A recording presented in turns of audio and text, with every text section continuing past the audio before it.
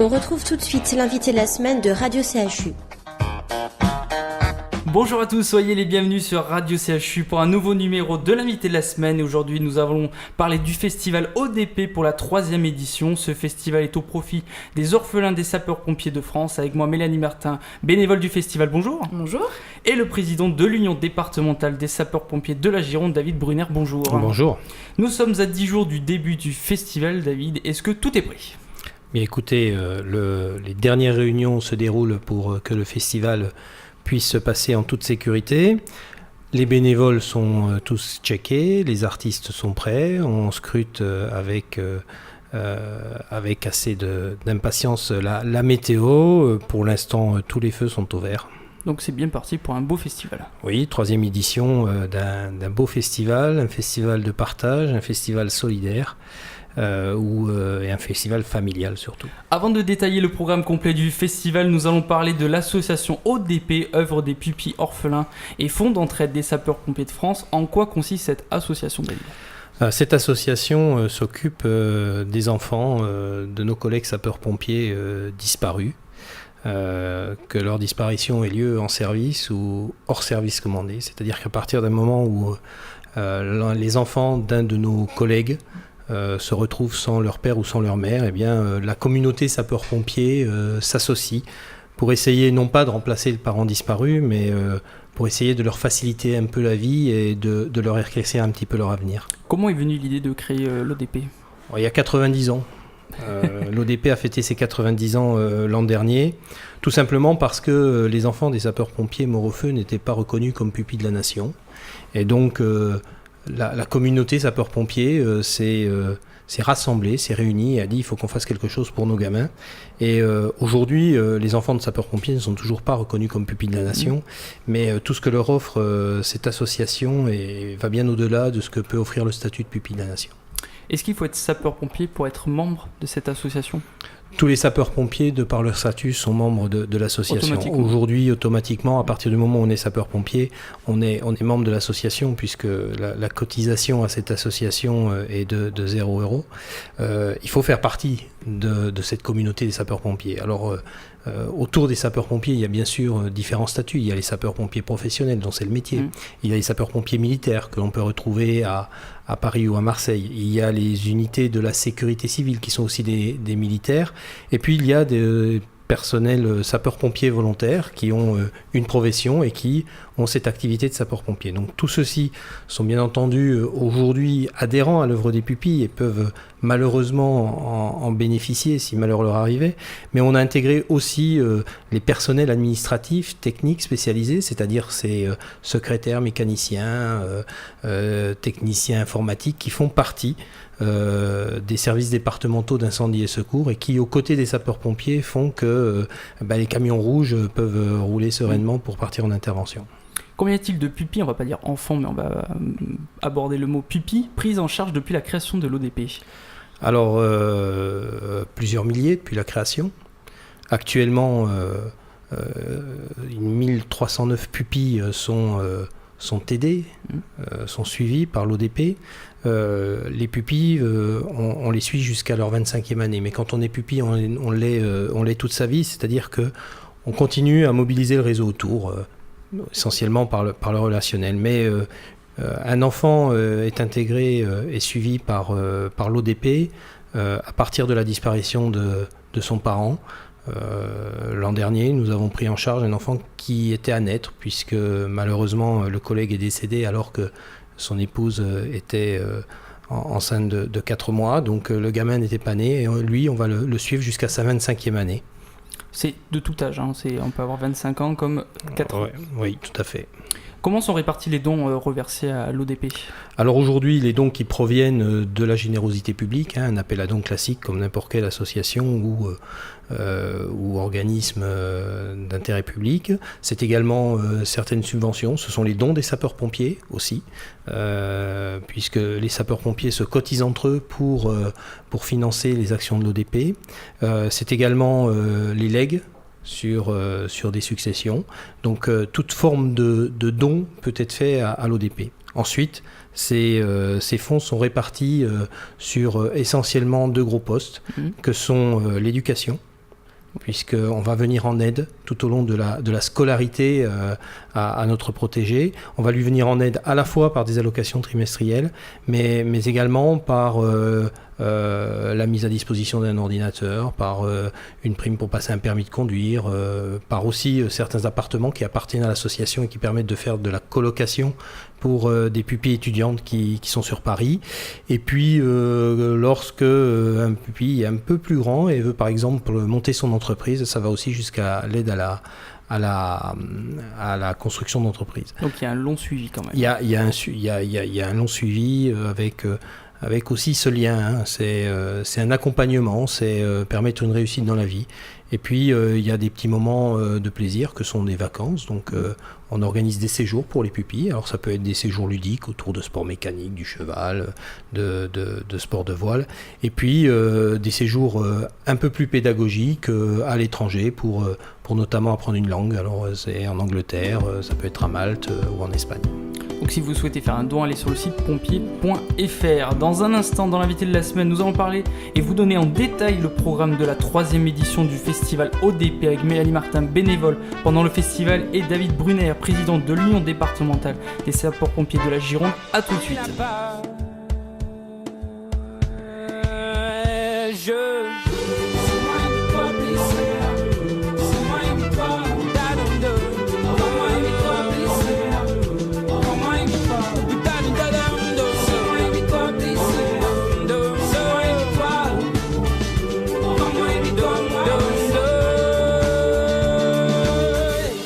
C'était Vianney sur Radio CHU, artiste qui participera au festival ODB du 3 au 5 juin à Talence au parc Pexoto. Comment est venue l'idée de créer ce festival, David ? C'est parti d'un sapeur-pompier, Sébastien, qui faisait pas mal d'actions pour le Téléthon, et à chaque fois, à la fin de ses actions, il organisait un petit concert, bien souvent sur Bordeaux, Krakatoa notamment, ou au Cube à Villeneuve-d'Ornon. Et puis, dans la discussion, forcément, il y avait toujours cette association ODP, et puis c'est quelque chose qui était présent dans le monde sapeur-pompier. Il s'est dit, pourquoi ne pas faire la même type d'opération au profit des orphelins. Et puis, c'est une rencontre avec un producteur, 3C, Christophe Bosque. Ce producteur a été assez séduit par le projet. On a eu la chance d'avoir Éric Jean-Jean qui nous a aussi suivis. Et puis progressivement, le projet est né, a mûri, et puis ensuite, finalement, a vu le jour. Donc c'est vraiment une idée, je le dis souvent, c'est parti d'un sapeur-pompier qui, au quotidien, est sur le terrain. Vous pouvez le croiser sur le festival, comme 3 jours après, dans un véhicule rouge, en train de sillonner une Bordeaux. Donc c'est parti de notre base, de notre socle. Et c'est ce qui fait l'ADN de ce festival.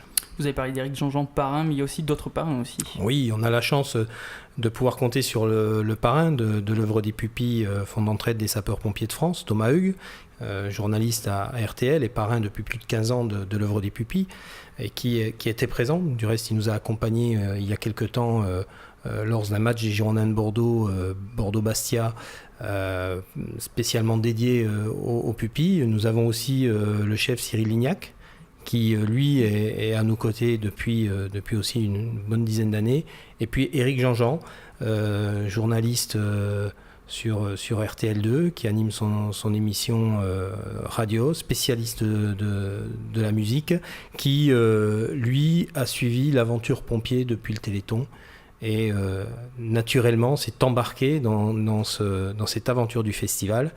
Éric Jean-Jean et Thomas Hugues présentent les artistes sur scène, donc je trouve que ça donne aussi un cachet. Et puis de pouvoir compter sur des professionnels comme eux, je pense que c'est une belle reconnaissance. Ils sont aux côtés des bénévoles, ils sont très accessibles, donc je crois qu'on a des parrains à la hauteur pour ce festival. C'est toujours bien d'avoir des parrains un peu actifs dans certains festivals ou certaines associations. Combien de temps s'est écoulé entre l'idée et le lancement de la première édition ? Parce que ça doit être quand même, ça a dû être assez long quand même. Il s'est écoulé 5 ans facilement. 5 ans facilement. 5 ans entre trouver le montage, pouvoir avoir la certitude d'avoir des partenaires pour nous accompagner, hein, puisque le festival, s'il existe, c'est grâce à des partenaires, c'est grâce à des mécènes aussi. c'est grâce au public qui répond nombreux. Donc ça n'a pas été quelque chose décidé d'un coup de tête. L'idée a fait son chemin.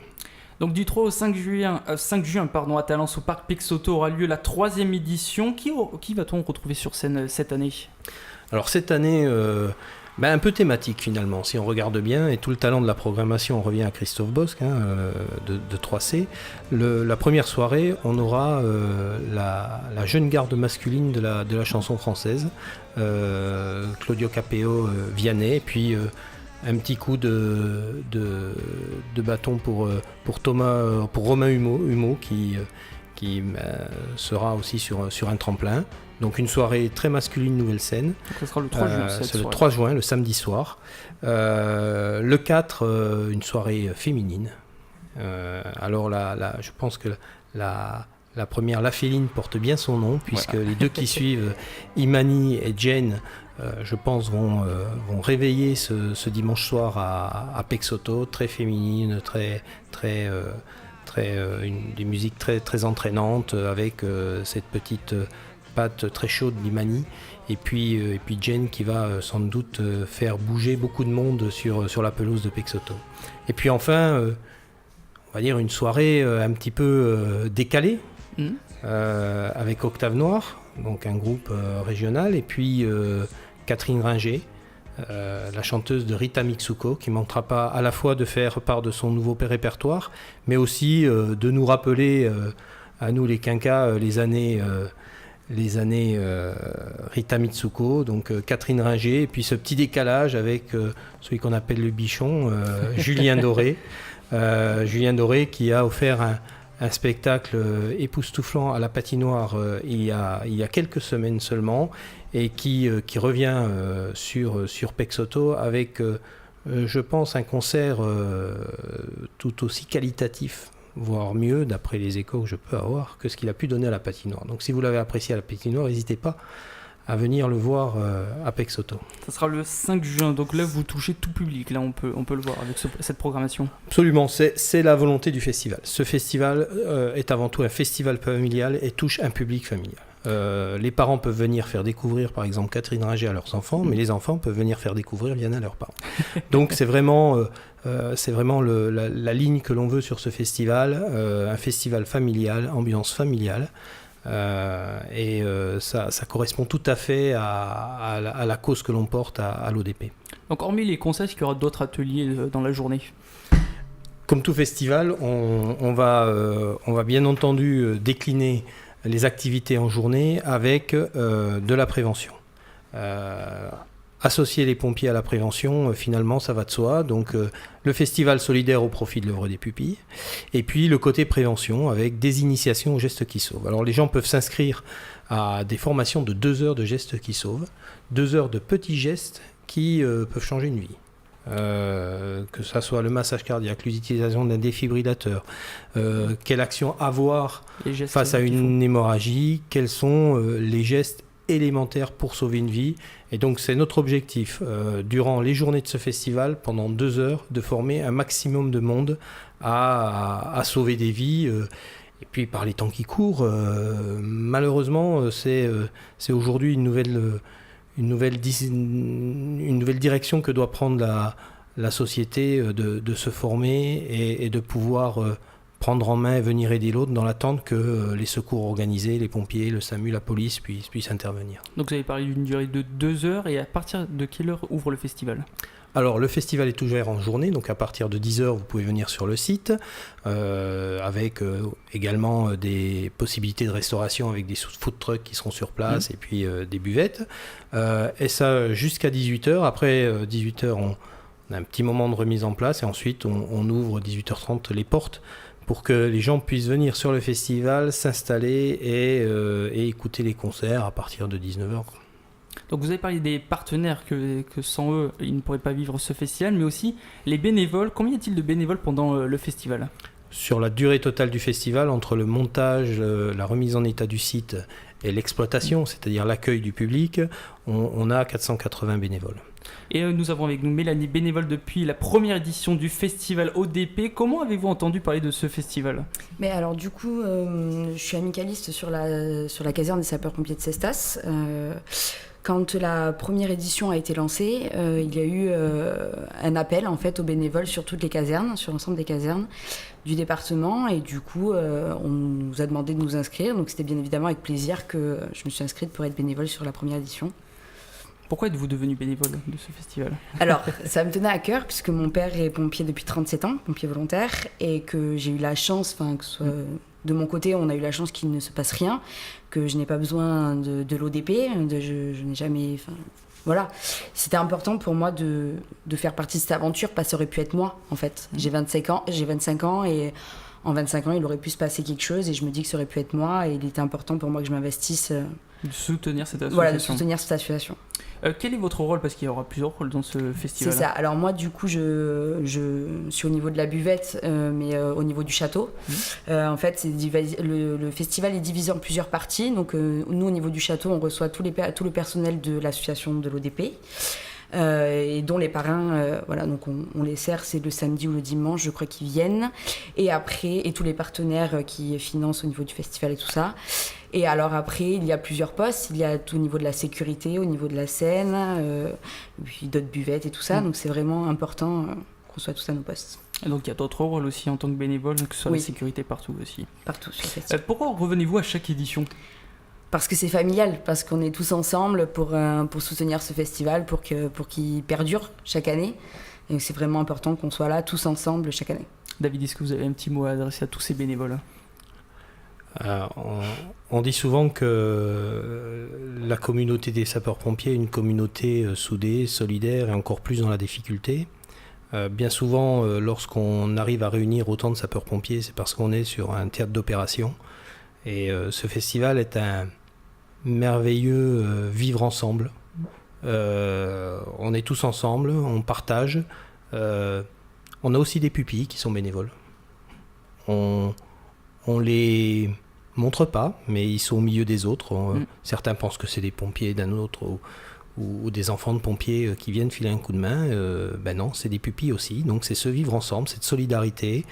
Ce qui nous manque un petit peu aussi aujourd'hui, on dit souvent on est dans une société individualiste.